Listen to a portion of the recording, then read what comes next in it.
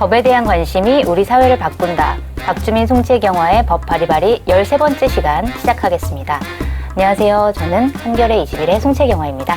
안녕하십니까. 법 읽어주는 남자 박주민입니다. 법 알아가는 재미에 푹 빠진 곽현아입니다. 네, 오늘 모신 분들 소개를 좀 해드리겠는데요. 먼저 정의당의 이정미 대표님 나와주셨습니다. 네, 안녕하세요.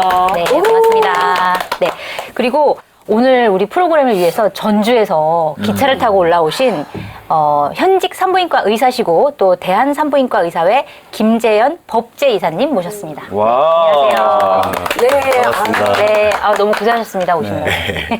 김 이사님은 처음에는 법학을 전공하셨다가 나중에 의사가 되신. 아니죠. 이제 아닌가요? 의학 박사를 하고 나서 오히려 우리- 반대로. 예, 그 중간에 이제 의료 사고에 대한 문제에 관심이 좀 있어가지고 의료 법학을 좀 해보고 싶다고 해서 예. 이제 공부를 다시 했죠. 그래서 야간 열혈 남아로 열심히 공부한 덕분에 일거리만 계속 생긴 채 계속 시달리고 있습니다. 그러니까 법학을 전공하셔서 법제이사를 하신 예, 대한산부인과요. 보건복지부 차관이나 이런 분들도 의료계 동향을 알려면 김재현 이사님의 블로그를 참조하시나요? 네. 오, 그 정도로 참고하겠습니다. 아이고. 네.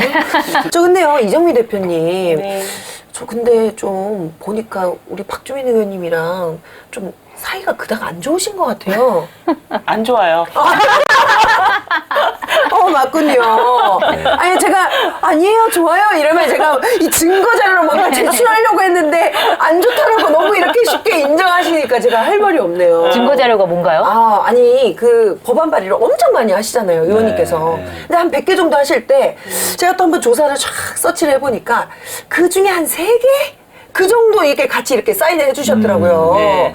이 보통 이 10명 이상 의원들을 모아야지 발의가 되는 건데, 맞습니다. 저는 좀 왠지 의원님이랑 좀 서로 이게 코드가 좀 맞으실 것 같았는데, 마음에 안 제 드시나 봐요. 법안에 오히려 사인을 더 많이 안 해주셨습니다.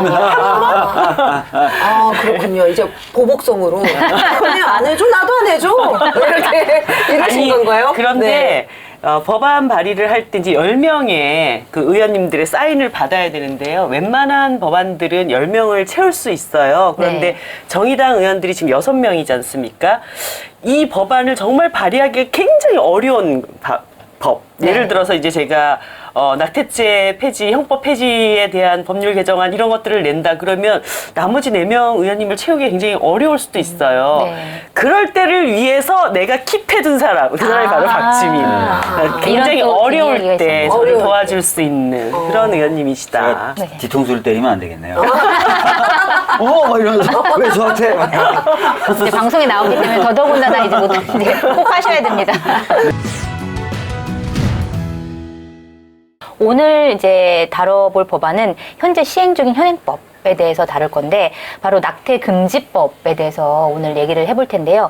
이 요새 이게 낙태금지법 폐지해달라는 청원이 굉장히 많이 나오고 있다고 하는데 이게 어떤 네. 내용인지 잠깐 소개를 좀 해주시죠. 그러니까 최근에 이제 크게 이슈가 됐던 것은 아무래도 그 9월 30일 날 청와대 홈페이지에 이제 청원란이 있는데 네. 그 청원 코너에 낙태죄 폐지하고 자연유산 유도약이라는 게 있어요. 미프진이라는 걸 좀 합법화 해달라라고 청원이 이제 올라왔는데 이게 20만 명을 훌쩍 넘어버렸어요. 네. 그래서 얼마 전에 이제 조국 민정수석이 그 입장을 밝혔죠. 오늘은 낙태죄 폐지에 관련된 청원에 대해서 말씀드리기 위해서 나왔습니다. 태아의 생명권과 여성의 자기결정권 중 둘 중 하나만 택해야 하는 제로섬으로는 논의를 진전시키기 어렵습니다. 임신 중절을 줄이려는 당초 입법 목적과 달리 불법 임신 중절이 빈번히 발생하고 있는 현실입니다. 임신 중절 수술이 많을 수밖에 없잖아요. 의원님 좀 어떤가요? 실제 상황이 통계적으로 보면? 아까 이제 잠깐 말씀해 주셨는데요. 인공 임신 중절 수술 경험 있는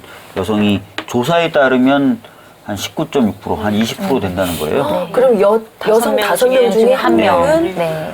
그러니까 대충 건수로 치면 17만 건이 되는 거죠. 7만 건. 그리고 그 중에 이제 95%가 불법이다. 이다. 이렇게 지금 말씀을 얘기가 해주신 되고 거고. 있는데 지금 우리와 인구가 비슷한 독일이 서부 독일하고 합친 다음에 지금 지금 우리가 비슷한 환경인데 낙태를 금지하는 게 허용을 한 상태에서 하루 건수가 한 500건 정도 나오거든요.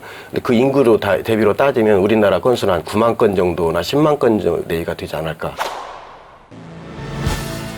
안녕하세요. 자료 읽어주는 남자 이재호 기자예요. 오늘도 바쁘니까 빨리 갈게요. 대한산부인과 의사회가 올해 초 발표한 보고서를 보면 하루 3,000건 이상의 낙태 수술이 이루어지고 있다고 해요. 다른 국가와 비교해도 높은 수준인데요. 우리나라 낙태율은 2005년 기준 1000명당 29.8명으로 나타났어요.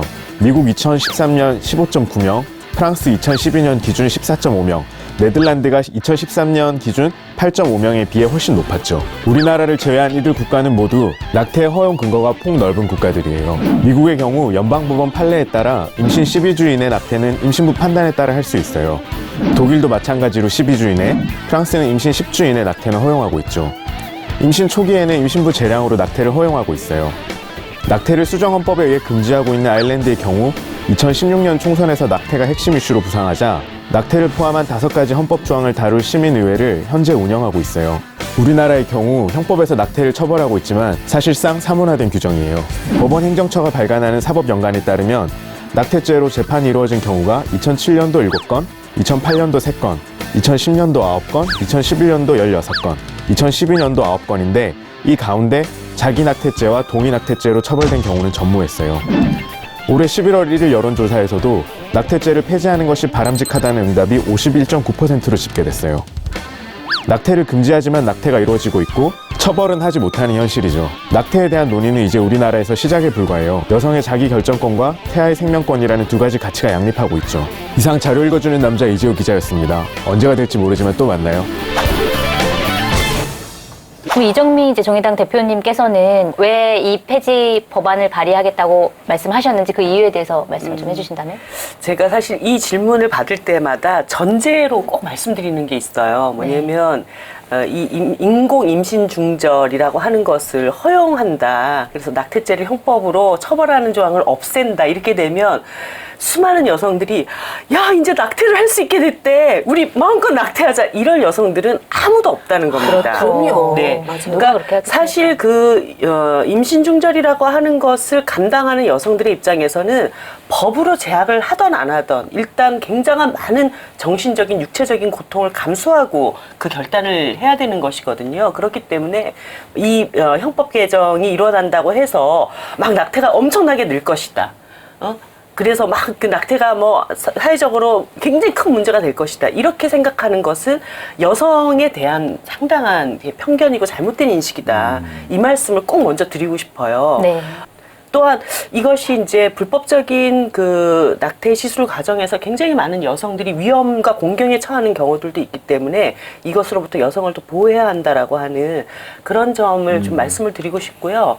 그리고 세계적인 흐름으로도 지금 OECD 국가 중에서 낙태를 불법으로 규정하고 있는 나라는 제가 알기로는 9개 정도의 나라이고 세계보건기구나 이런 데서도 여성들이 자기 몸에 대한 결정권을 갖고 낙태를 스스로 좀 결정할 수 있도록 해야 된다라고 하는 것을 권고를 하고 있습니다. 그래서 세계적인 어떤 시대 추세라든가 여성에 대한 인권의 문제라든가 여성에 대한 건강권의 문제라든가 여러 가지를 놓고 봤을 때 낙태를 오히려 불법으로 규정함으로 인해서 불법 시술이 더 성행하게 되고 또 그런 과정에서 여러 가지 보호되지 못하는 부분들 이런 것들을 좀 방어하는 것들이 필요하지 않는가 네. 그런 생각을 하게 됐습니다. 네. 그러면 이제 법 조항을 한번 짚어봐야 될 것 같은데요.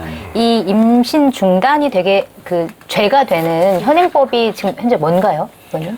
지금 원칙적으로 보면은 형법에 낙태라고 해가지고 제목이 그 법 조문의 제목 자체가 낙태입니다. 그래서 낙태를 처벌하는 조항이 있어요. 그 다음에 예외적으로 허용하는 내용을 담은 모자보건법이라는 이중의 구조로 돼 있어요. 이중의 구조로. 그래서 이제 형법의 경우에는 이제 낙태하는 경우에는 다 이제 처벌하고 또 낙태를 도운 의사나 이런 사람들도 다 처벌하도록 돼 있어요. 네.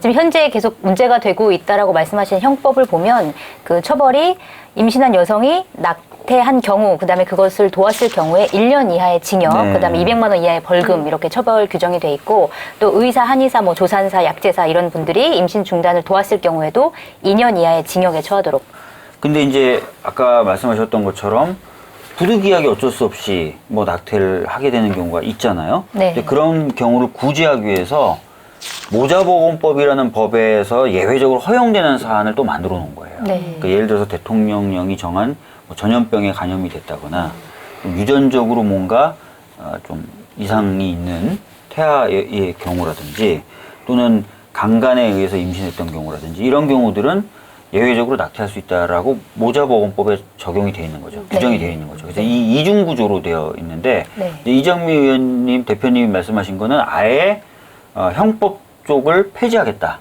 예. 모자보건법 상의 처벌에 대한 규정을 형법에 갖다가 이제 붙여놓은 상황인데요. 네. 일단 형법상의 낙태죄는 폐지를 하고 모자보건법상의 허용 사유를 조금 더 폭을 넓히고 이것이 해당되지 않는 부분에 대한 처벌 조항을 모자보건법에 넣고 이렇게 하는 방식으로 가면 되지 않을까 이렇게 네. 생각하고 있습니다. 촉탁낙태죄에 해당되는 의사가 처벌을 받는 유일한 나라가 우리나라예요. 촉탁 낙태죄라는 건 그 낙태 네. 시술을 도와준 받아서. 의사가 처벌을 받는 나라, 유일한 네. 나라죠. 이 경우는 양벌 규정, 일종의 양벌 규정이라고 보는 거죠. 실제적으로 합법화를 시켰을 때 발생하는 모성 사망률보다 불법화했을 때 발생하는 모성 사망률이 훨씬 현저히 높다는 거죠. 그것이 가장 그거야말로 심각한 굉장히 문제죠. 이 법률이 존재하는 것이 큰 의미 없는 것 같지만 그 법률로 인해서 그것이 불법화됐을 때 나타나는 건강상의 여성 건강에 상당히 위험한 상황들이 많은 통계에서 많이 나오고 있고 네. 또 실제적으로 합법화했다고 해서 낙태가 증가되는 나라들은 그렇게 많지가 않아요. 네. 실제 독일 같은 경우도 합법화한 지 그 후로 오히려 출산율이 더 늘었고 낙태율도 훨씬 더 줄었고 네. 또 금지했던 러시아나 우크라이나 이쪽 나라들은 오히려 더 낙태가 더 만연한 그런 우리가 생각하는 상식과는 약간 반대적인 현상들이 나타난다는 거죠. 근데 낙태를 전면 금지했던 나라에 의미 있는 데이터가 하나 있어요. 네. 금지했던 나라에 금지했던 주에 네. 그 주에서 발생한 것이 15년 후에 조사를 해보니까 범죄율이 그 허용했던 지역보다 훨씬 더 범죄율이 증가됐고 사회 빈민층의 확대 속도도 더 많았고 네. 사회 발전 단계도 훨씬 더 늦어졌다는 그 통계가 있어요. 네. 그러니까 실제적으로 낙태 허용을 금지하느냐 허용하느냐 이 문제가 결국은 사회가 어떤 식으로 발전 단계가 이루어지고 그 사회 구성원이 어떤 식으로 이루어지는가. 실제적으로 낙태 금지하는 상황 자체가 성인보다도 미성년자들한테 아주 충격적으로 받아들여졌고 그 당시 데이터를 또 보면 금지한 시점에 비슷한 시기에 미성년자들이 막 낙태율이 증가되는 것은 아니지만 대부분의 임신 8주 이내에서 다 이루어졌던 통계가 비슷했는데 그 기간 중에 유난히 12주가 넘어가는 미성년자들의 낙태가 많았어요. 그들은 경제적으로나 사회적 약자이기 때문에 주저하다가 네. 시기를 놓치면서 많은 어려움들이 발생을 했고 또 그로 인한 아기를 버려지는 아이들도 많이 증가됐고 또 오히려 돈이 있는 사람들은 중국이라도 가서 해결을 했지만 돈 없는 아이들은 아기를 낳을 수밖에 없는 상황에 궁지에 처해진 상황들이 몇 년 전에 바로 우리 현실에 와 있었던 사건이죠. 그러니까 그 아이들이 무조건 낳아라라고 했을 때 그 아이를 과연 국가가 책임져 줄 수 있느냐라는 부분도 상당히 중요한데 그런 게 빠지고 난 다음에 그 아이들을 낳았는데 그 아이를 책임질 수 있는 사람이 없는 이런 상황 자체도 굉장히 중요하게 작용할 것 같아요. 낙태에 대한 원죄는 국가가 있죠. 네. 국가가 법을 만들었기 때문에 법을 자기 행복지휘권이나 자기결정권을 국가가 어느 정도로 제한을 준다면 그 제한으로 인해서 발생하는 부분들에 대해서는 국가가 행복추구권에 대해서 당연히 보호를 해줘야 하는 것이 의무죠. 현재와 같이 원치 않는 아기를 임신했을 때 국가에서 우리나라에서 현재 줄 수 있는 미혼모들은 한 달에 10만 원 주거든요. 10만 원 가지고는 그 10만 원 갖고 어떻게 살아라는 거예요? 그러니까요. 아니 저 같은 경우에도 지금 아기 딸을 키우고 있는데 지금 아주 그냥 뭐 맞벌이 부부에다가 그냥 이런 상황인데도 불구하고 키우기 너무 힘들거든요. 네. 사실 네. 이렇게 국가가 그 그냥 부분에 직장 가 대해서 어느 있는데도 정도 이 네. 도움을 제한다는 어떤 시스템을 만들어줘야죠. 그 낙태를 반대하는 분들의 그 아이의 생명권 이런 걸 강조하신다면 그 아이의 생명을 존중해서 낳은 미혼모들에게 집안 책임 줍시다. 진짜로 파격적으로. 좋습니다. 저는 그렇다면 인정하겠어요. 네. 그만큼 나라에서 진심이다. 진심으로 우리 아이들 이 생명에 대해서 정말 고민하고 있고 존중하고 있구나라는 걸 저는 인정하겠어요. 근데 10만 원 택도 없습니다. 네. 네, 저는 그 진심이 느껴지지 않습니다. 네. 임신하는 순간에 아기를 지우려고 마음먹을 때 가장 슬프고 고통스럽고 그 결정을 내릴 때 가장 힘들어하는 사람이 바로 엄마예요, 엄마. 네, 그렇죠. 맞습니다. 그 엄마가 그 아기를 내가 어떻게 이렇게 근데 그 엄마의 마음이 아기를 지워야겠다고 결정할 때의 심정을 누구 하나 도와주지 않는 사회 분위기라면 더 이상 이 사회는 건전한 사회가 될 수가 없죠. 맞습니다. 그래서 이런 사회 분위기를 일반 국민들도 잘 아는 것 같아요.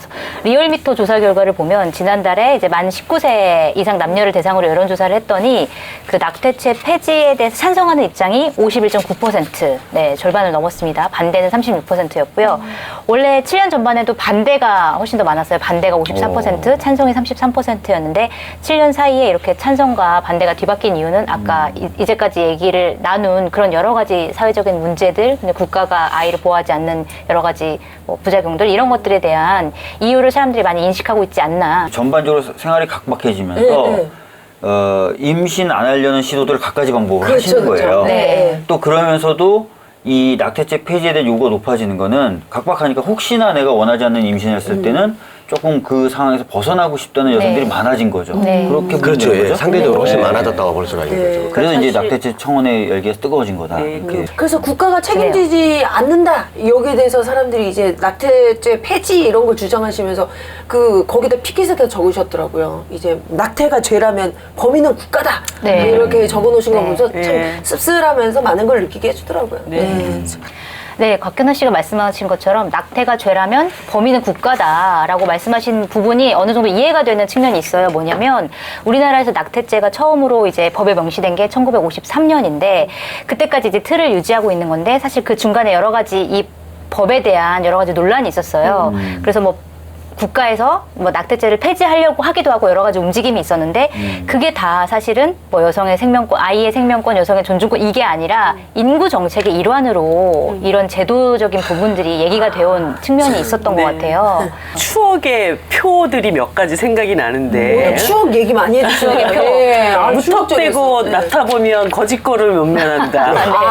기억나시죠? 네. 그리고 제한 아들, 딸 구별 말고 둘만 나 잘 기르자. 네. 그러니까 뭐더라? 또 나타보면 삼천리는 초만 원? 뭐 그런 철린 초만 원, 너무 깍찬다. 꽉 찬다. 이제 다자녀들이 이제 출생률이 계속 증가하면서 굉장히 재밌는 게 53년도에 이제 헌법상 낙태죄가 만들어졌다가 모자보건법이 탄생하게 됐던 배경은 70년대, 76년도에 이제 모자보건법이 만들어졌는데 이게 인구 제한 정책에 부응하는 법안이었던 거예요. 낙태를 조금 허용해 주려고. 예, 낙태의 범위를 좀 허용해 주려고. 그런데 애초에 이 모자보건법의 개정안들이 70년대 굉장히 여러 개가 나왔습니다. 예를 들어서 그러니까 2명 이상 아이를 가지고 있는 영세한 가구의 낙태는 허용해 준다든가 네. 우리가 지금 얘기하고 있는 사회경제적인 사유를 그 모자보건법상의 낙태 허용 사유로 넣으려고 한다든가 이렇게 네. 해서 뭔가 지금 애들이 막 너무 많이 늘어나니까 좀 낙태를 쉽게 할 수 있게 네네. 한때는 그런 추진을 한 거예요. 물론 그것이 법률로 완전히 이 개정. 법안을 낸 거 보면 미혼모가 아기를 가지면 낙태할 수 있게 한다는 네. 것도 있고요. 아, 많아요. 그랬었나요? 그런 네. 것들이 옛날에 많이 있었어요. 네. 그러니까 결국 국가가 한 측면에서는 이 여성들의 임신과 그 여성들의 몸에 대한 자기 결정권을 국가가 직접 지배하고 개입해서 법으로 강제하려고 했었다라는 아주 단적인 예가 이 모자보건법이거든요. 네. 그러다가 이제 인구가 오히려 좀 줄어들고 출산율이 떨어지니까 이번에 낙태하는 수술 숫자를 줄이기 위해서 낙태 수술이 마치 비윤리적인 그렇죠. 것처럼 네. 분류해가지고 작년에 하기도 그 하죠. 난리가 네. 났었죠. 그러니까 이게 좀 국가도 보면은 아까 말씀하셨던 대로 어떤 인간 존중, 생명 존중 이러면 이제 일관되게 뭔가 가야 되는데 그러니까요. 이게 상황에 따라서 이렇다가 하고 그러니까 이 임신 중절 생각이네요. 그 자체가 여성에게 상처예요. 맞습니다. 여성이 그 자체가 좋다고 하는 사람이 상처인데 어디 있겠어요. 거기에다가 너는 범법자야. 이것까지. 거기까지. 아, 참. 근데 뭐 아까 그 말씀은 정말 가슴에 와닿는 것 같아요.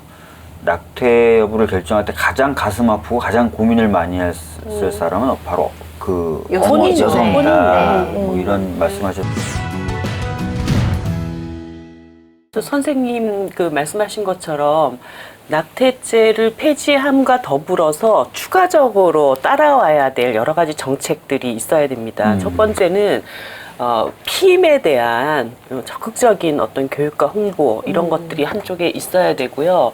두 번째로는 비혼모들에 대한 정책적인 지원들이 굉장히 강해져야 됩니다. 그래서 내가 아이를 낳아도 국가 사회가 그래도 내가 아이를 좀 키울 수 있는 조건들을 만들어 주겠구나 이런 것이 있어야 되고, 그다음에 이제 청소년들 중에서 임신한 경우들은 뭐 거의 한 80% 가까이가 낙태를 결국은 선택할 수밖에 없는 이런 상황으로 가게 되는데, 굉장히 그 막 돈도 없고 또 부모님들한테 알지 못하는 상태에서 그렇죠. 굉장히 위험한 시술들을 받게 된단 말이죠.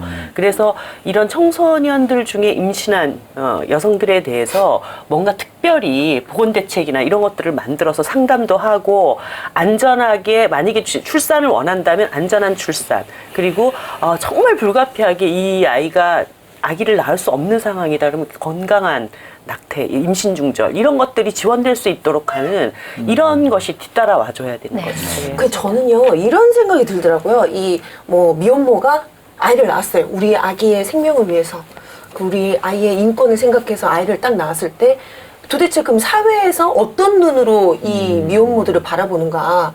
정말 이분들은 야 생명을 존중해서 아이를 낳았어 대단하신 분들이 우리가 과연 그들을 그렇게 보는가.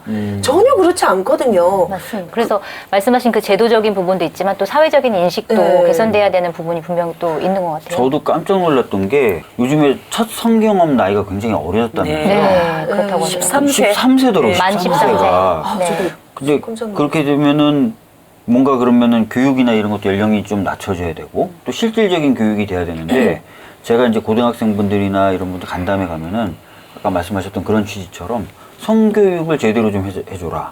특히 뭐 피임 같은 거에 대해서 제대로 알려달라는 얘기가 의외로 많아요. 네. 부모님들은 약간 좀 아마 그런 얘기가 나오면 아니 그러면 그 아이들에게 성행위를 하라고 그러니까 권장하는 거야 조장하는 이렇게 거 이제 아니냐. 보시는데, 사실은 이미 시대의 변화가 있고 현실에서 벌어지는 일들에 대해서 우리가 그것을 어떤 일정한 고정관념을 가지고 그것이 아니라고 부정해도 이미 이 현실이 벌어지고 있는 있는 것이거든요. 현실인데요. 그러면 그것에 적합한 대책을 내놓는 것이 맞다는 맞습니다. 거죠. 아 근데 진짜 충격적인 게 저는 이제 아이들이 막 기상천외한 자기들만의 피임 방법이라고 이제 막 공유하는 것들 아, 있잖아요. 그런 게 있나요? 그래가지고 뭐 예를 들어서 콘돔 대신으로 검정색 비닐봉지를 쓴다.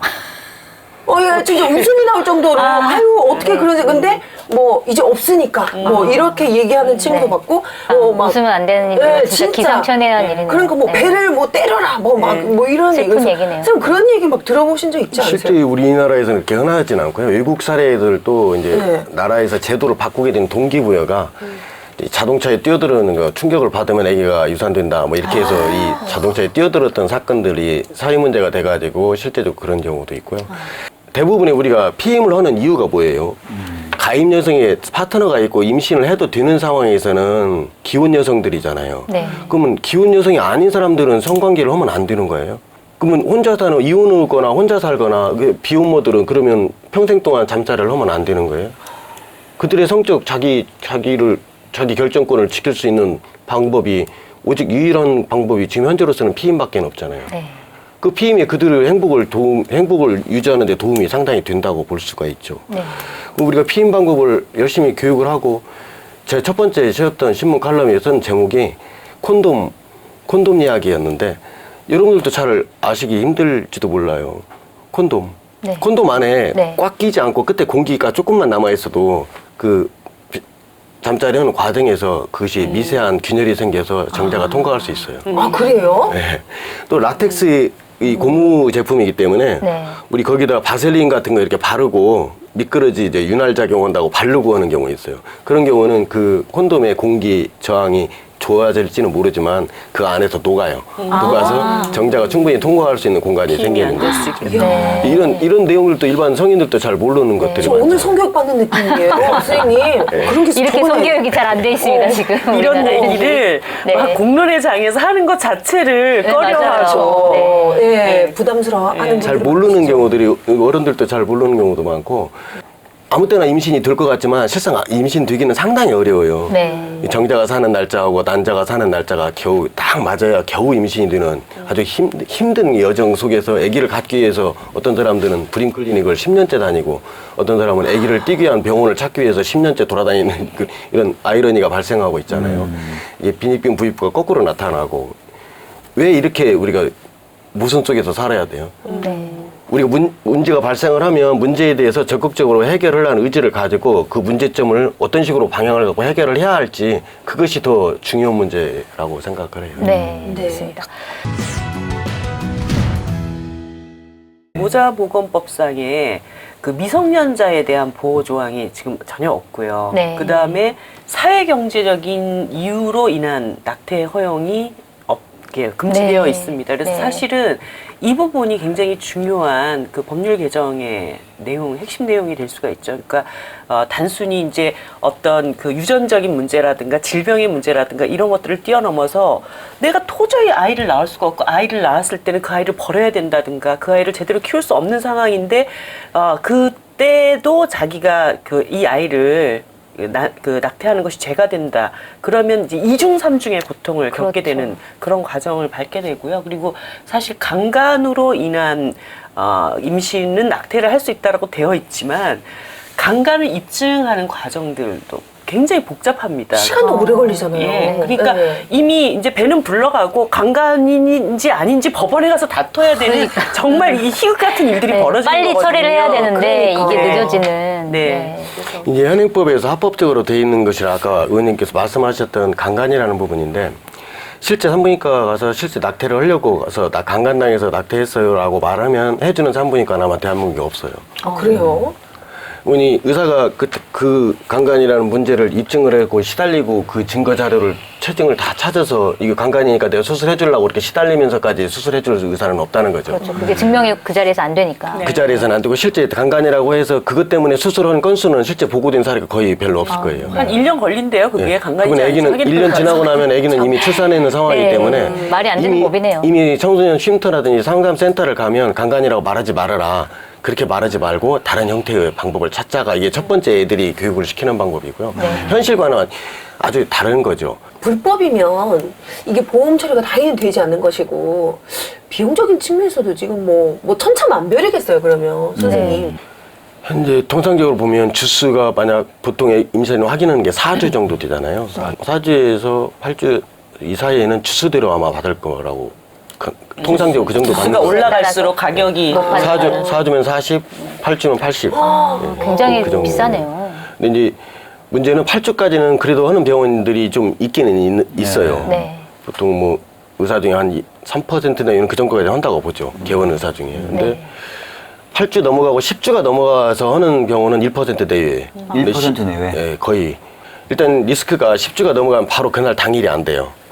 다음날 돼하고 이 약물을 넣어서 다음날 와서 자궁문을 열고 나서 시행을 해야 하는 상황이 발생하기 때문에 위험 부담이 이제 그때부터 증가되기 시작하는 거죠. 네.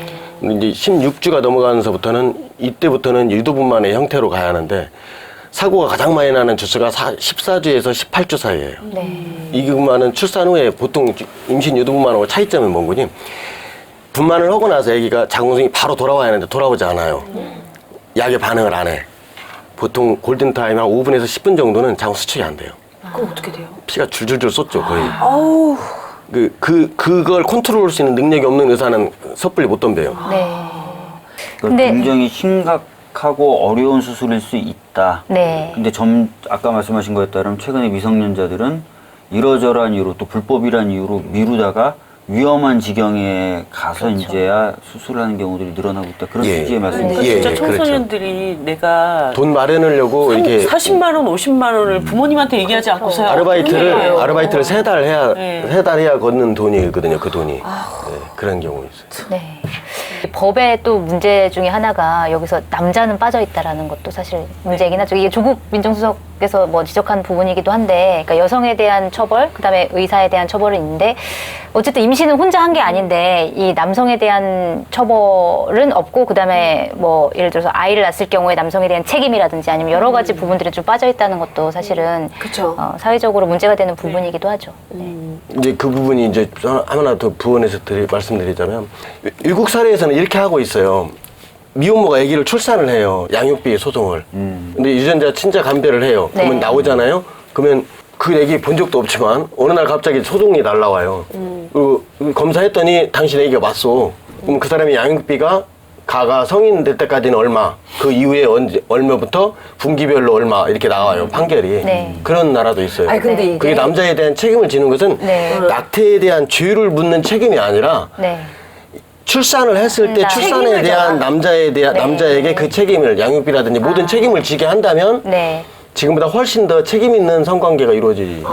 오히려 그런 법안 쪽으로 간다면 우리나라도 뭐 지금 그 양육비 청구를 도와주는 기관도 있고 네. 그 노력을 합니다. 물론 굉장히 예산도 적고 하다 보니까 이제 잘 안 되고 그래서. 근데 그러거든요. 청구를 했는데 나 돈 없어? 배째? 이러면은 어떻게 강제적으로 집행할 수 있는 게 있어요? 민사 소송이 좀 다 그렇죠. 뭐. 아, 너무 힘들어요. 오히려. 이렇게 많은 청소년들, 그다음에 많은 여성들이 불법으로 이렇게 수술을 받고 있는데, 그러니까 실제로 처벌은 법적으로 보면은 이제 여성과 그다음에 의사 이렇게 두 측면에서 처벌이 이루어지는데, 실제로 불법 수술한 의료인에 대한 행정 처분은 보면 별로 없다고 그래요. 그러니까 2012년부터 2015년까지 23건, 그리고 그 중에서 이제 금고 이상의 형, 의료 면허 취소받은 의사는 4명에 불과하다고 하는데, 이렇게 뭐 의사에 대한 처벌이 거의 없는 이유는 뭔가요? 그런 상황이 됐을 때 문제가 생겼어요. 되게 보면 가장 많이 흔히 발생하는 것이 이혼한 부부들이 많이 발생을 해요. 이혼은 남편이 이혼 위자료 청구 소송에서 그 낙태를 하는 경우에 그 와이프에게 위자료를 주지 않기 위한 소송 과정에서 낙태를 했다. 나하고 동의도 없이 했다. 자기가 동의를 했으면서도 동의 없다 하는 경우도 있고, 함께 가갖고 하는 경우도 있고, 근데 동의를 하지 않은 낙태를 했을 때, 그러면 그 낙태 때문에 내가 이혼하게 됐다라고 우기는 거거든요. 그러면 이혼의 법적 책임이 그 낙태로 돌아가는 거고, 이 낙태한 의사는 별도 사건으로, 형사사건으로 보자보험법 위반으로 다시 기소가 되는 경우죠. 네. 이 경우는 이제 재판이 들어가는 거고, 또 이제 낙파라치가 최근에 지금 몇 건이 없었다고 낙파라치는 낙태 실제 현장을 고발하는 거예요? 낙파라치가? 수술을 하는 아이들을 모아요. 네. 그래서 수술을 하고 수술한 다음에 그 병원 가서 협박을 하는 거예요. 고발을 하는 거죠. 아이고. 그래서 그 소개하면서 돈을 받고 네. 그 다음에 수술 끝나고 나서 협박해서. 협박하고 내가 남자친구다고 하면서 협박을 하고 이렇게 해서 돈을 뜯어내는 경우들이 많이 네. 있었어요. 한번 낙태죄 하나로 정말 여러 여러 가지 가지. 직업들이 많이 생기겠어요. 여러 가지 문제점이 있네요, 정말. 이게 낙태죄가 약간 사문화된 법이다. 그러니까 사실 그걸 이용하는 사람은 네. 많지만 실제로 이 법으로 인해서 처벌받는 사람이 그렇게 많지는 않다는 걸 볼 수도 실제 있는 건가요? 처벌은 커요. 실제 처벌 지금 예를 들어서 몇 정도는 건이 크겠지만, 몇 건이라고 생각을 하시지만 네. 실제 집행 이제 의원님도 이제 법률 하시니까 아시겠지만 고소인이 있을 때는 이게 그 선고유예가 절대 안 되죠. 집행유예가 떨어지잖아요. 집행유예는 되게 징역 1년이나 2년에 집행유예 1년 이런 식으로 떨어지잖아요. 그러면 징역이 2년이잖아요. 2년은 의사면허 취소예요. 의사면허 정지가 아니라 취소 사유예요. 그다음에 이것은 그 비윤리적 의료 행위에 해당돼요. 그리고 의료인의 결격 사항에 해당돼요. 의료인의 결격 사항에 해당되는데 인공 임신 중절 수술로 인한 의사면허 취소는 재발급이 3년이 유예가 돼요. 실제적으로 5년간은 의사면허를 재발급을 받을 수가 없어요. 근데 실제 이렇게 해서 예, 면허 그렇게 해서 취소가 된 케이스들이 많죠. 그 사람들은 지금도 의사를 못 하고 있죠. 그리고 5년 쉬었다가 다시 청원 심사해서 재발급 받는 경우들이 있죠. 그러니까 의사들이 그게- 꺼리겠네요. 실제 이것에 만약 문제가 제기를 적은 하면 건 아니군요. 재판까지 안 가는 게 안 가는 이유가 거의 다 암암리에 합의를 하고 있다는 거죠. 그러면 사실 숫자가 그렇게 많은 편이네요. 적은 편이 실제적으로 아니에요. 많은데 드러나 있는 데이터가 안 나타날 뿐이라는 것이죠. 네. 부작용 사례들이 많다는 말씀이시잖아요. 네, 법이 부작용. 실효적으로 작동하면은 원래 목표가 낙태라는 행위를 좀 줄이겠다는 건데 네. 그건 안 되면서, 안 되면서 오히려 그런 부작용만 많이 커지고 있다. 관여자들에 대해서 또 드러난 공식적인 처벌 절차가 아닌 합의나 이런 것들 통해서 풀리는 케이스들이 많다는 거예요. 네. 그 과정에서 이제 이런 경우도 있죠. 남자의 동의, 배우자의 동의로 현재 돼 있잖아요. 이 동의를 했느냐, 동의를 하지 않느냐, 동의를 하지 않아, 나는 동의를 하지 않았다라고 뭐 우기면 거의 그 임산부는 거의 그 범죄에 연루될 수밖에 없어요. 근데 거꾸로 역으로 그 남자 이런 경우 있죠. 남자친구가 함께 가서 동의서를 쓰고 수술을 했어요. 그런 경우는 어떻게 돼요? 동의서를 쓴 사람은 그 교사죄에 해당되죠. 그렇죠. 근데 안 가고 나는 낙태 수술인지 몰랐다라고 우기는 나쁜 남자친구는 죄를 하나도 안 물죠. 물을 수가 없죠. 그러니까 오히려 법을 따름으로 인해서 그래서 범죄자가 되는. 네. 그래서 제가 이 모자보건법상의 배우자 동의 조항은 삭제를 배우자 동의 조항의 활용합니다. 음영무실하는 하나의 사례를 제가 말씀드린 거죠. 네. 그 부분은 반드시 빠져야죠. 개정된다면.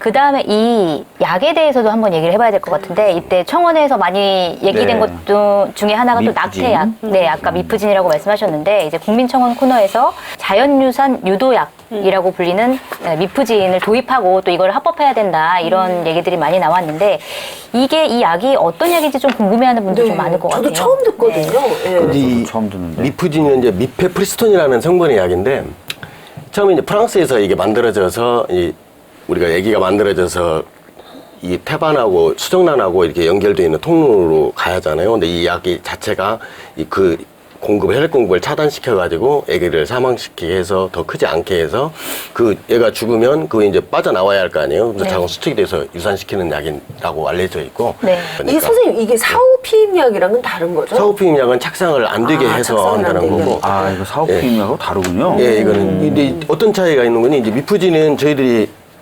미국에서도 현재 전체적으로 허가가 다 돼 있고 미국에서도 필수 의약품으로 지정이 돼 있어요. 사실은. 네. 근데 우리나라 수입이 안 돼 있고 인터넷에서 판매가 막 이렇게 암암리에 이루어지고 음성적으로. 음성적으로 이루어졌는데 네.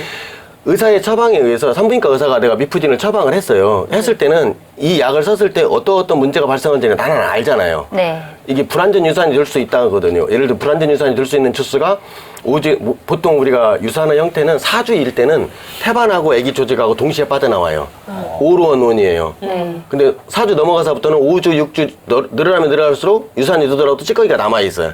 찌꺼기 남아있으면 어떻게 돼요? 그게 바로 선생님? 계류유산이에요. 계류. 아기가 못 빠져나오면 7주, 8주 되면 못 빠져나오고 죽은 채로 그대로 있는 거잖아요. 예.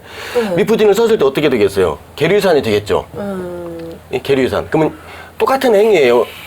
인공 임신 중절 수술인데 미프진을 사용해서 아기 심장이 멈춘 것이 확인이 됐어요. 그러면 대학병원을 가면 어떻게 되죠? 현재 치료적 유산으로 보험 혜택을 받을 수 있잖아요. 그걸 노리는 거예요. 네. 이제 이해가시죠? 네, 실제적으로 네. 그런 보면 식으로 과정이 예, 되는군요. 이 유산시키는 약이니까 그렇게 하면 보험 혜택을 받으면서 수술할 수 있다고 알고 있는 거라고 네. 이해를 하시면 그런 식으로 돼요. 또. 예, 그렇게 해서 이용을 하는 거고요. 의사가 처방을 해서 감독하에서 이루어진다면 이제 이것도 하나의 방법은 될 수가 있겠죠. 근데 이것이 보편화된다면 이건 자기 낙태죄에 해당되는 거죠. 약물 낙태는 자기 낙태죄가 해당되는 거죠. 그러니까 이 미프진에 대한 오해가 네. 이거를 이제 청원할 때 이거를 마음껏 쓸 수 있게 해주십시오 이렇게 얘기를 하니까 그냥 이 약을 안전한 약으로 생각하면 막 안 돼요. 타다가 그냥 먹고 낙태하고 이렇게로 오해를 하시는데 그 실제로 이 그 미프진이 합법화돼 있는 나라가 한 119개 정도 되는데 이런 나라들도 다 의사의 진단 처방 이렇게 해서 아까 예. 4주에서 6주 사이에는 이것이 이 치료가 이렇게 가능하다 이런 진단 속에서 그리고 그 이후에는 아까 말씀하셨던 것처럼 만약에 이 약을 꼭 복용을 한다면 다시 병원에 와서 뭐 이거를 그 후속 조치를 해야 된다든가 이런 과정을 거치면서 통용되는 약이거든요. 네. 걱정이 이제 한간에서 이게 마치 진짜 완벽한 낙태가 먹기만 하면 되는 약으로 네. 네. 이렇게 돼가지고 인터넷에서 한다는 건 약간 이 방송을 보시는 분들은 좀 아셔야 될 것 실제 같아요. 네. 저도 네. 그게 좀 인터넷에서 위험한데. 봤는데 네. 이 약을 한꺼번에 매달씩 먹으라고 이렇게 교육을 시켜요. 어디서요? 이 인터넷에서 이렇게 아, 할 때 안 돼, 네. 이렇게 해도 안 되고 뭐 한 날 먹고 또 먹고 또 먹고 또 먹으면 된다라고 네. 생각하지만 그러다 보면 예를 들어서 주스가 큰 것이 잘 안 빠져나왔을 때 자궁 수축이 가던 자궁 수축이 왔을 때는 자궁 파열이 돼서 쇼크로 사망할 수도 있죠. 네. 그러니까 이 미프진 문제도 어떤 거냐면 낙태 자체가 지금 이제 불법화돼 있고 뭔가 이거를 해결을 해야 되는데 돈 안 들고 할 수 있는 쉬운 낙태 방법을 찾다 보니까 그런 게 있대더라. 근데 약국에서는 없어. 처방도 못 받아. 그러니까 인터넷에서 이제 검색을 해서 사실 중국에서 들어오는 그 가짜 가짜 약들도 굉장히 많이 카피 있습니다. 제품. 카피 제품. 근데 한 알에 30만 원씩 받아요. 그러니까 그러면 실제적으로 도움이 경제적 이득이 별로 없죠. 현재 가격으로 그러네요. 보면. 오히려 아니, 하나에 수술이랑 30만 거를 원. 차이가 없는 거. 그렇네요. 네. 거기다가 또 의사의 처방 없이 하면 네. 위험하기도 네, 하고. 근데 위험하기도 병원에 가야 되고 거기에서 이제 수술을 받아야 되고 이런 부담을 덜기 부담을 위해서 덜기 혼자 해결하려는 거죠. 예. 약간 위험하더라도 이런 방법을 택하는 경우가 있다. 그리고 이게 이제 네. 불법화돼 있기 때문에 정보도 정확하게 그 알 공급이 수가 안 돼 없죠. 있는 거죠. 예. 오심부토가 이거를- 심해요. 이 약 먹으면 현기증도 나고 어지러움증도 어쨌든 나죠. 중요한 건 이 약이 합법화된다고 해서 누구나 아무나 사서 먹을 수 있는 약은 그렇습니다. 아니고 예. 반드시 의사의 의사의 처방을 처방을 받고서 받는. 먹어야 되는 건데 네. 그런 정도는 어쨌든 허용을 하는 게 좋다. 하지만 네. 이게 지금 허용이 안 되고 이거에 대한 정보가 오히려 더 잘 안 되고 있기 때문에 정보를 모르고 이걸 불법으로 사가지고 먹으면 다 해결되는 것처럼 생각하는 사람들이 많기 때문에 네. 오히려 더 그게 문제가 될 수 있다. 이렇게 좀 정리를 해볼 수 그러게요. 있겠네요. 근데 해외 사례를 좀 한번 봐볼 필요가 있는데 실제로 해외 사례를 조금 더 구체적으로 좀 소개를 해주신다면 어떤 상황인가요? 결과적으로 이 사회경제적 사유를 낙태의 어떤 허용 범위 안에 넣는 이런 경우들이 이제 상당히 있고 그것에 대한 기준점만 조금 미세하게 좀 다르다 이렇게 보시면 될 것 같아요. 그러면 현재 우리나라처럼 아예 처음부터 사회 경제적인 이유 같은 건 고려하지 않고 처음부터 네. 안 되는 나라가 네, 한 9개 아홉 정도. 개, 아홉 개 정도. 9개 정도. OECD 중에 9개예요? 예. 아니면 전 세계에서 9개? OECD 국가 중에 9개. OECD 중에 9개. 예. 네. 전 세계 한 200개 나라 중에서 거의 80% 이상이 다 허용하고 있죠. 네. 사회 경제적 사유도 다 허용하고 있다고. 네. 초기는 거의 다 대부분 나라가 허용하고 있어요. 근데요, 그 아까도 뭐 미세하게 조금씩 그 기준이 다르다라고 하셨는데 네. 뭐 12주도 있고 18주도 있고 뭐 24주도 있고 이런 식으로 기준이 다른 이유가 있나요? 이제 그렇게 하는 이유가? 크게 18주를 많이 하는 경우는 좀 그렇게 많지 않고요. 보통 임신 우리가 3분기, 3, 4분기로 나눠요. 보통 3개월 단위로 나누면 3개월이면 12주. 12주, 그 다음 6개월이면 24주잖아요. 네. 6개월이면 24주. 24주가 왜 의학적인 의미를 가지고 있는 거니? 낙태를 해서 아기를 꺼냈을 때 애가 살아있다는 거죠. 24주면 충분히 네. 바깥에서 살아나올 수 충분히. 있는. 그 전만 하더라도 몇 년 전만 하더라도 28주까지 이제 허용할 수 있다라는 주스가 우리나라에도 있었어요. 근데 그것도 이제 저희들도 많이 의견서를 쓰고 해서 24주가 합방하다. 이렇게 해서 24주로 법이 바뀐 지가 몇 년 안 됩니다. 그래서 24주가 우리가 리미트로 했고 24주 이후에는 그때부터는 우리가 살인죄에 적용을 받아요. 낙태죄에 적용을 받는 게 아니라 24주가 넘어갔을 때는 태아가 아니라 아가로 사람으로, 예, 예. 사람으로. 신생아 살인죄로. 살인죄로 해당됩니다. 그래서 법률적인 해석이 그렇게 큰 차이가 있습니다.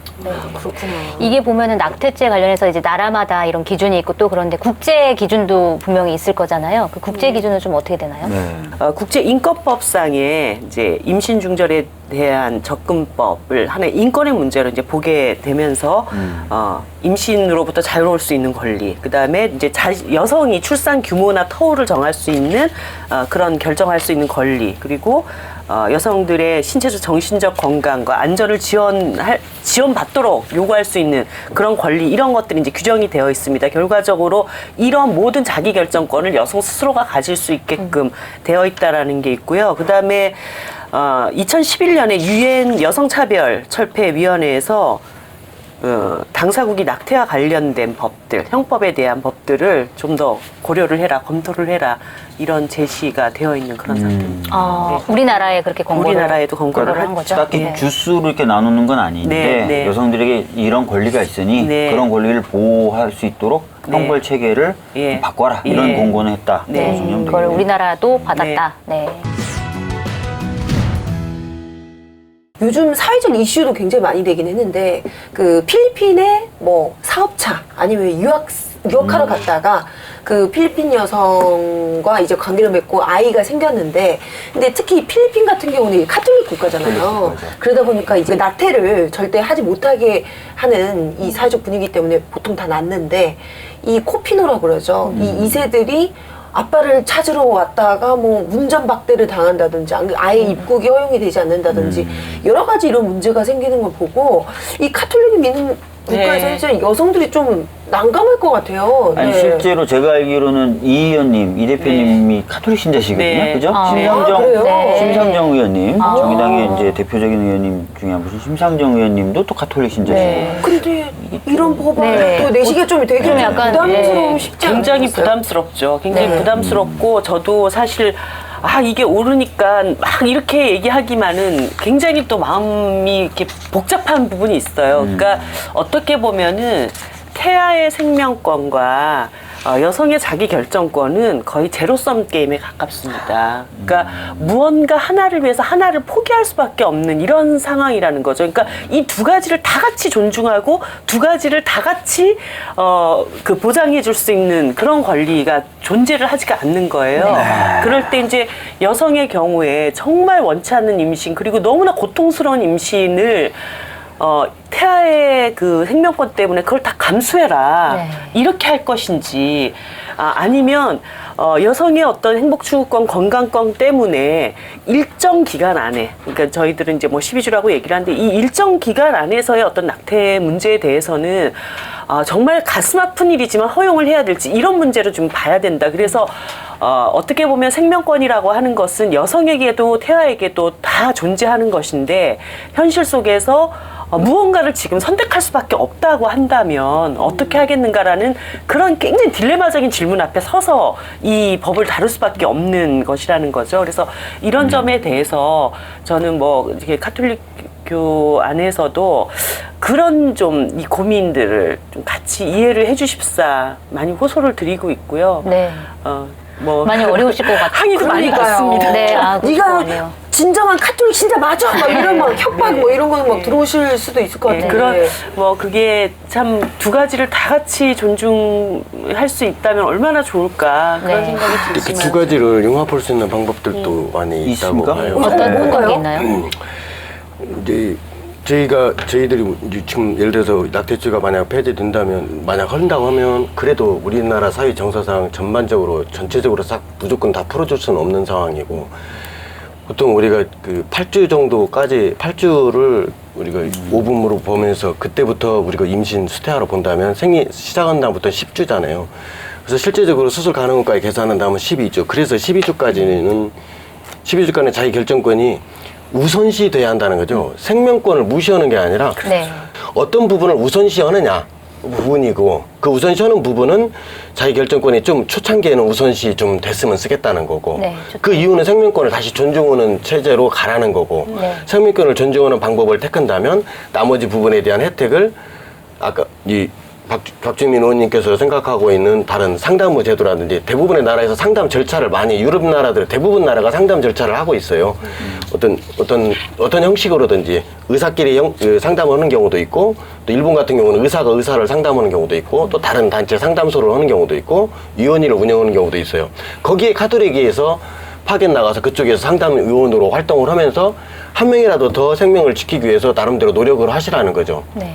또 이 낙태죄와 관련해서 굉장히 중요한 그 판결이 남아 있는데요. 헌법재판소에서 낙태죄에 대해서 위헌 여부를 가린다고 합니다. 네, 이거에 대해서 결과가 어떻게 나올지에 대해서 굉장히 궁금한데 실은 2012년도에도 이거에 대한 판결이 좀 있었죠. 2012년도에 4대4 동점이었어요. 네. 근데 이제 4대4 동점이면 이제 위헌 판결은 위헌이라는 인정은 못 받죠. 몇 대 몇이어야 돼요? 그러니까 재판관이 총 9명인데요. 6명이 찬성을 6명. 6명이 위헌이라고 선언을 해줘야 위헌이 돼요. 네.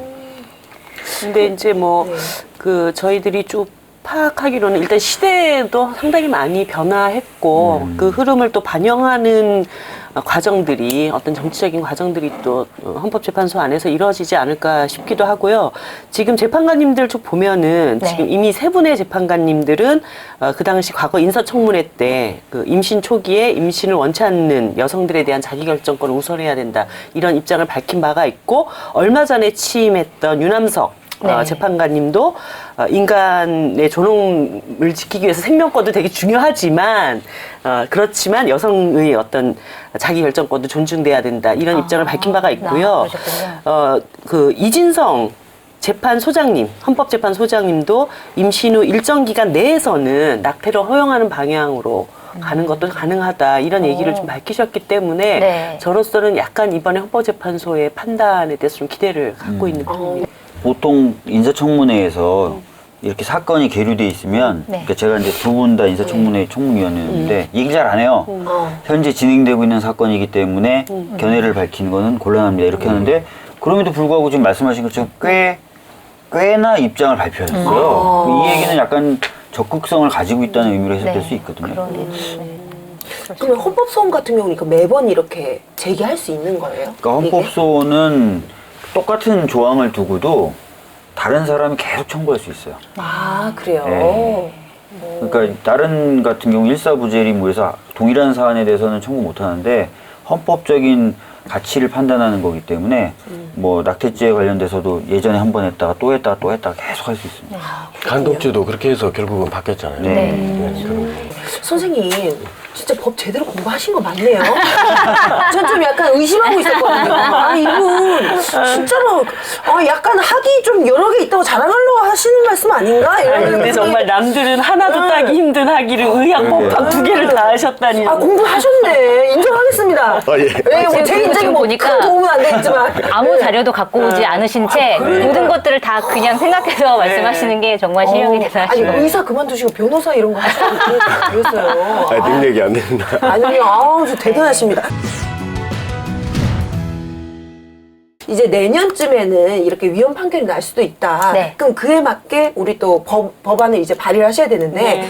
우리 또 의원님, 그 대표님께서는 네. 어떤 내용으로 이제 발의를 하실 예정이신지. 예, 아까 제가 앞에 말씀드렸던 것처럼 형법상의 낙태죄는 일단 없애는 것으로 하고 모자보건법상의 낙태 허용 사유를 좀 더 폭을 넓혀서 사회경제적인 이유 이것을 더 보강하고 그리고 이제 처벌이라고 할 그 아까 말씀드렸던 뭐 배우자 동의라든가 이런 것들도 이제 없애고 그리고 그 강간에 대해서도 이게 이제 강간을 입증해야지만 뭐 임신 중절이 가능하다는 것으로 되어 있기 때문에 이 부분을 형법상의 범죄로 간주되어지는 그런 것은 이게 낙태 임신 중절을 허용할 수 있도록 하게 하는 이런 정도로 가고요. 처벌 조항에는 이제 부동의 낙태에 대해서는 좀 처벌 조항을 강화하는 이런 방향으로 정리를 해서 법안을 발의를 해볼까 생각 중이고 10명을 모으는데 박주민 의원님께서 강력을 해주시지 않을까. 네. 앞으로 이게 지금 위헌 판결이 나오든 안 나오든 굉장히 논란이 될 거예요. 그리고 이제 뭐 아마 이제 입법이 되더라도 아마 여러 형태의 입법안이 나올 가능성이 네. 있어 보여요. 또 더불어민주당 같은 경우에 이제 여당이기 때문에 또 입장이 또 중요할 것 같은데. 우선은 이제 아마 그 조국 민정수석이 발표한 게 저희 당에서는 가이드라인이 될 것 같아요. 네. 그러니까 실태조사를 통해서 상황을 다시 한번 점검해보고 그래서 그런 실태에 부합하는 개정안을 내든지 이렇게 할 게 될 것 같고 그래서 내년 상반기쯤 되면 엄청난 토론이 있을 것 같아요. 그럼 가이드라인이 나오기 전까지는 사인 안 해주시는 거예요? 4명이 필요한데 어떻게 하지? 그 부분에 대해서도 이제 제가 이제 칼럼을 쓴 기억이 나는데 조국 그 수석이 발표했던 그 직후에 그 실태조사 과연 가능할까라는 주제였는데 지금 이 상태에서 실태조사하는 결과하고 판결이 나온 다음에 실태조사 결과는 또 틀릴 거라는 거. 그렇죠. 분위기가 완전히 다를 테니까. 죄가 있는 상태에서 의사가 정말 제대로 다 사실대로 얘기를 해서 실태조사가 제대로 나올 것인지 또 헌법 판결이 나서 개정된 다음에 실태조사 했을 때는 또 어떻게 나올 것인지 대한 그것도 있고 지금 당장에 실태조사를 해서 어떤 결과가 나왔다 해서 그것을 가지고 낙태죄를 폐지하는데 근거로 삼을 수 있는 조항에 대한 의미는 없다라는 내용이었거든요. 근데 그래서 이제 지금 실태조사가 모든 걸 다 마련해 주진 않을 네. 것 같고요. 근데 이제 아마 실태조사와 함께 뭐 여론에 대한 동향이나 이런 것들 면밀히 살피겠다는 취지로 보여지고 저는 이제 선생님 말씀에 굉장히 공감을 하는 부분이 사실 아주 세부적인 데이터가 지금 필요한 것은 아니거든요. 맞아요. 그러니까 네. 전체적인 흐름과 지금 현실이 어떤가에 대해서는 사실 그런 구체적이고 아주 과학적이고 객관적인 데이터가 없다 하더라도 이미 여러 현상들 속에서 문제점들이 발견이 되고 있습니다. 이런 거 있잖아요. 느낌 있잖아. 그래서 저는 뭐 어떤 측면에서는 정부가 그 좀 더 적극성을 좀 발휘하셨으면 하는 생각이 있거든요. 예를 들어서 미국의 오바마 대통령 경우에도 뭐 그 나라에도 동성혼에 대한 찬반 양론이 굉장히 팽팽하고 그럴 때 결국 그 민주당 정부의 정책 방향에 부응해서 동성결혼을 합법하겠다 이렇게 하면서 또 여론을 끌고 가는 것도 있거든요. 네. 그러니까 오히려 정부가 이것이 정말 꼭 필요한 정책이다라고 생각할 때는 조금 더 과감하게 정책으로 이 시대 변화를 좀 끌고 가고 여론이 거기에 좀 뒤따라올 수 있게 하는 이런 과정들도 네. 필요한 것이 아닌가 이런 네. 생각합니다. 제2의 문재인 여성 케어가 만들어져야죠. 낙태주의를 폐지하는 것과 아우러져 이와 관련되어 있는 많은 것들을 포괄적인 의미로 일각에 해결할 수 있는 네. 여성 정책이 만들어지는 것을 문재인 여성 케어가 제2탄이 나와야 될 네. 시점이라고. 제안을 해주시면 좋을 것 같습니다. 이름 좋네요. 일각 얘기하셨잖아요. 네? 집안채 씨. 괜찮지 않아요? 네, 괜찮습니다. 진짜 지난 촛불이 약간 사회 수면 밑에 굉장한 사회적 쟁점임에도 불구하고 이분들이 처해져 있는 사회적 지위가 너무 약하기 때문에 얘기하지 못했던 것들이 수면 위로 올라오기 시작했어요. 그래서 어떻게 보면 지금 이 사회에서 그런 쟁점들에 대한 갈등이 본격화되는 것은 당연한 현상이다. 그런 갈등들을 굉장히 막 적대적으로 보는 것이 아니라 우리 사회에 이런 사람들도 있고 이런 요구도 있다라는 거 그리고 이렇게 민주주의라는 거 네. 이런 것으로 이해하고 받아들이셨으면 하는 생각입니다. 맞습니다. 그리고 또 그 과정에서 뭐 더불어민주당도 당연히 정부 여당이니까 중요하지만 정의당의 역할도 굉장히 중요한 네. 것 같고 지난 대선에서도 정의당이 굉장히 큰 역할을 많이 해주셨잖아요.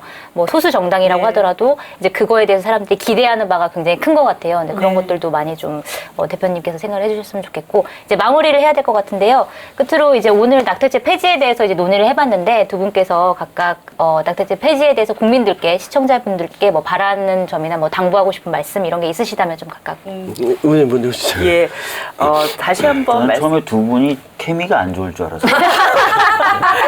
왜 그런 생각을 하셨죠? 처음에 뭐 모르신다 설마 그래가지고. 모른다 그러고 정의당 처음 들어봤는데 정의당 정의론당인가? 부담하시는 것 같아요. 놀랐어요. 저는 처음에 그래서 진짜 모르시나 그랬더니 그게 하나의 유머 코드. 그러니까 유머 코드죠. 진짜 모르셨나 봐. 귀가 좀 빨개지시는데 진짜인 것 같은데. 인공 임신 중절에 대한 문제를 우리 사회가 다루는 것은 단순히 여성들의 문제만은 아니다. 우리 사회의 다양한 사람들의 어떤 인권을 그리고 자기결정권을 이제는 좀 본격적으로 우리 사회 테이블 위에 올려놓고 논의해보자라고 하는 것이라는 거를 좀 먼저 말씀을 드리고 싶고요. 두 번째는 너무 걱정을 안 하셔도 된다는 거. 그러니까 낙태죄가 폐지되는 거야? 그러면 진짜 막 낙태가 성행하는 거야? 그래서 어떤 생명윤리가 무너지는 거야? 그렇게 생각 안 하셔도 됩니다. 자기 태아에 대한 생명에 대한 가장 깊은 고뇌를 하는 사람은 엄마라는 거. 그렇죠. 그 점에 대해서 그 정말 낙태로 가기까지 얼마나 많은 고통 그리고 그걸 피할 수 없었던 상황 이런 것들에 대한 이해를 우리가 더 먼저 하자라는 취지이기 때문에요. 그런 점에 대해서는 너무 걱정을 하지 않으셔도 되지 않을까 그런 말씀을 드리고 싶네요. 네. 저는 이제 마무리에서는 산부인과 의사 입장을 이제는 한 말씀 드리고 싶네요. 근데 산부인과 의사는 의사의 공식적인 입장은 낙태를 허용하자 반대하자라는 것을 이렇게 앞서서 이끌어갈 만한 위치도 아니고 직업군도 아닙니다. 우리 산부인과 의사는 사회에서 처한 직업의 충실을 따름이고 또 어떤 식으로 법이 바뀌고 안 바뀌는 거에 따라서 의료 행위가 중단되거나 이런 것이 아니라 의사의 양심에 따라서 내가 현 상황에서 의료법을 위반을 하면 의사면허가 취소되는 상황에서 위험을 무릅쓰고 그 수술을 해주고 있는 산부인과 선생님을 더 이상 비난해서는 안 됩니다. 그분들이 없었다면 지금 이 사회가 어느 정도까지 질서를 유지하지 더 많은 혼란이 생겼겠죠. 앞으로도 낙태죄가 허용됐다고 해서 그런 분들이 많이 늘어나거나 그러지도 않을 겁니다. 가능하다면 여성들이 임신과 출산에서 국가나 자기 결정권이 위반돼서 누구 강제에 의해서 또 그들이 죄의식을 느끼는 그런 사회는 앞으로는 없었으면 하는 게 제 바람입니다. 네. 시민들의 의견이 우리 법과 우리 사회를 바꾼다. 시민 바리바리 시간입니다. 오늘은 경기도 광명시에 사시는 이승훈님의 의견을 소개를 해드리겠는데요. 글 제목이 SNS 허위 게시물 혹은 성인 광고에 대한 우선 삭제 방안이라는 제목의 글이고요. 내용을 읽어보면요. 페이스북, 인스타그램, 트위터에는 많은 정보가 있지만 자칫하면 큰 문제가 생길 수 있는 잘못된 정보도 굉장히 많습니다. 또 과도한 노출이 있는 성의 광고도 많습니다. 그런 글을 볼 때마다 신고 버튼을 누르지만 늘 처리 답변을 듣지도 못하고 관리자가 확인할 때까지 그 잘못된 정보는 리트윗, 공유되어서 재생산이 됩니다. 그래서 동일한 글에 대해 다수의 신고가 있을 경우 유저들에게 노출되지 않게 삭제 혹은 숨김 처리가 되게 하는 등의 특정 시간 내 골든타임을 지정하는 것이 필요하다고 생각합니다. 그래야 잘못된 정보로 피해를 입거나 불쾌한 정보를 보는 이들이 줄어들게 될 것 같습니다. 네, 이런 의견을 보내주셨는데요. 지금도 뭐 그런 제도는 있어요. 예를 들어서 명예훼손성 게시물이라든지 뭐 이런 부분에 대해서는 좀 내려달라라고 하면 임시로 이제 내리는 제도는 있는데 말씀하신 것처럼 어느 시간 내에 그걸 해야 된다. 요 내용은 없는 것으로 제가 알고 있습니다. 그래서 아마 말씀인즉슨 신고를 하면 나중에 한참 걸려서 처리가 되니 그거보다는 좀 일정한 시간 내에 처리하도록 좀 규정을 두면은 네. 좀 절차가 빨라지지 않을 것이냐 이런 말씀이신 것 같은데요. 네. 한번 검토를 한번 해보도록 하겠습니다. 네, 법 바리바리의 이 시청소감 또 법에 대한 아이디어를 남겨주신 아주 고마운 분들께 저희가 또 항상 좋은 선물 드리고 있지 않습니까? 오늘 또 이 책 제가 또 준비했습니다. 짜라잔! 네. 아, 요즘 SNS 뭐 블로그 등에 나도 한번 글을 멋지게 한번 써보고 싶다. 이런 욕구가 정말 많으시거든요. 근데 그분들에게 이 글 잘 쓰기 안내서 중에서 요즘 가장 핫한 책, 요 책 제가 하나 또 가지고 났습니다. 손바닥 자서전 특강. 네.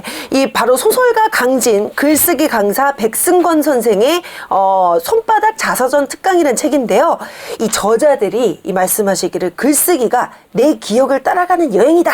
네, 글쓰기 강의를 통해서 수강생들과의 질문을 바탕으로 뭐 거창하게 글은 이렇게 써야 된다 이런 게 아닙니다. 소소한 삶을 기록하고 싶은 분들을 위한 아주 실용적인 글쓰기 안내서라고 하는데요. 지금 절찬리 판매 중입니다.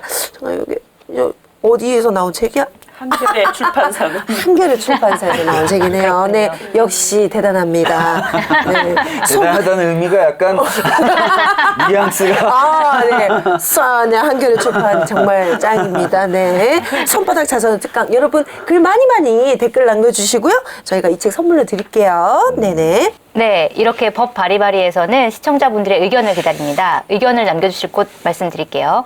저희 페이스북 페이지가 있습니다. 페이스북에 박주민 송채경호의 법 바리바리 검색해 주시고 좋아요를 꾹 눌러주신 다음에 거기에 메시지로 의견을 남겨주시고 그 다음에 성함과 연락처를 남겨주시면 저희가 좋은 의견 선별을 해서 선물을 보내드리도록 하겠습니다. 예, 오늘 얘기를 들으면서 참 가슴이 답답하기도 하고 아프기도 하고 또 화가 약간 나기도 네, 하고 그리고 몰랐던 사실도 네, 되게 많이 알게 그쵸. 되고. 하여튼 오늘 굉장히 좋은 말씀, 도움이 되는 말씀 많이 해주신 것 같습니다. 오늘 함께 해주신 이정미 대표님 그리고 김재현 이사님 정말 감사합니다. 네.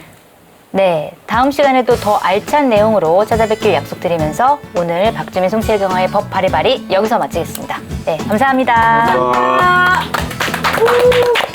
이 책 하러 가세요.